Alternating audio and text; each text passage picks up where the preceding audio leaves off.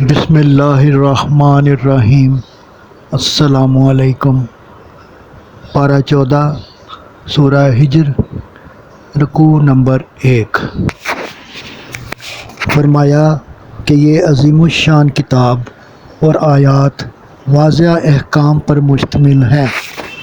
فرمایا کہ منکرین کر آزردہ ہوں گے کہ بہتر تھا کہ ہم مسلمان ہوتے۔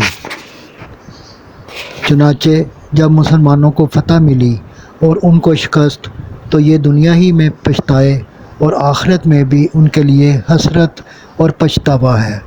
یہ ان کی عقل کا فطور ہے کہ جب رسول اللہ صلی اللہ علیہ وآلہ وسلم نے کلام اللہ پڑھ کر سنایا اور ڈرایا تو بولے، اگر تو اللہ کا رسول ہے تو تیرے ساتھ فرشتے ہونے چاہیے۔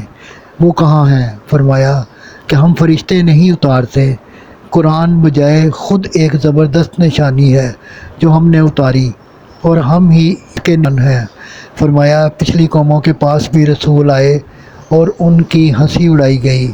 یہ لوگ دنیا ہی کی لذت میں پھنسے ہوئے ہیں اور کفر پر اڑے ہوئے ہیں۔ آپ صلی اللہ علیہ وآلہ وسلم ان کی بیہودہ گوئیوں سے قبیدہ خاطر نہ ہوں اور اپنے اللہ سے لو لگائے رکھیں۔ صدق اللہ العظیم۔